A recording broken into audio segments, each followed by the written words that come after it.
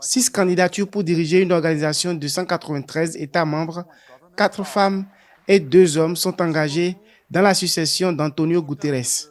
Seul africain dans la course, Macky Sall, 64 ans, avance avec près de 40 ans de service public, dont 12 à la présidence du Sénégal et une expérience à la tête de l'Union africaine. Un parcours que ses soutiens veulent désormais inscrire dans un débat plus large, celui de la représentation africaine au sommet du système multilatéral. La question au fond est simple. Ce fils d'Afrique possède-t-il les qualités que ses fonctions exigent? Notre réponse est claire et sans ambiguïté. Oui. Parce que son parcours atteste d'une connaissance intime de l'État, parce qu'il a exercé les plus hautes responsabilités de son pays, parce qu'il a dirigé l'Union africaine à l'heure où le continent affrontait simultanément des crises sécuritaires, alimentaires, climatiques et politiques.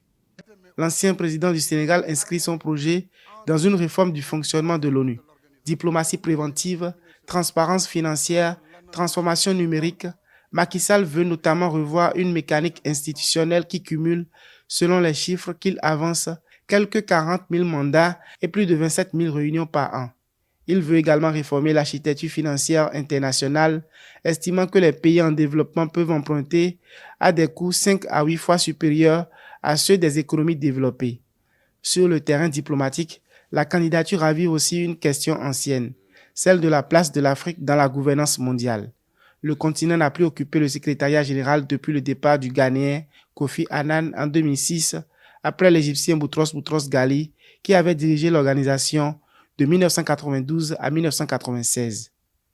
Le groupe alternatif pour le renouveau africain, que j'ai l'honneur de présider, invite les gouvernements africains, les organisations de la société civile, les intellectuels, les universitaires, les leaders d'opinion et tous ceux qui croient en une Afrique influente dans les affaires du monde à examiner cette candidature à la lumière de l'expérience du président Macky Sall.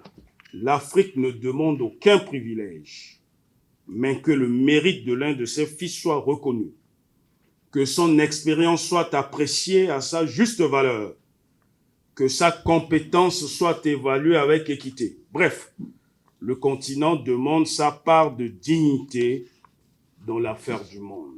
Avec 54 pays, l'Afrique représente près de 28% des 193 États membres de l'ONU, mais seuls 2 Africains ont dirigé l'organisation depuis sa création en 1945.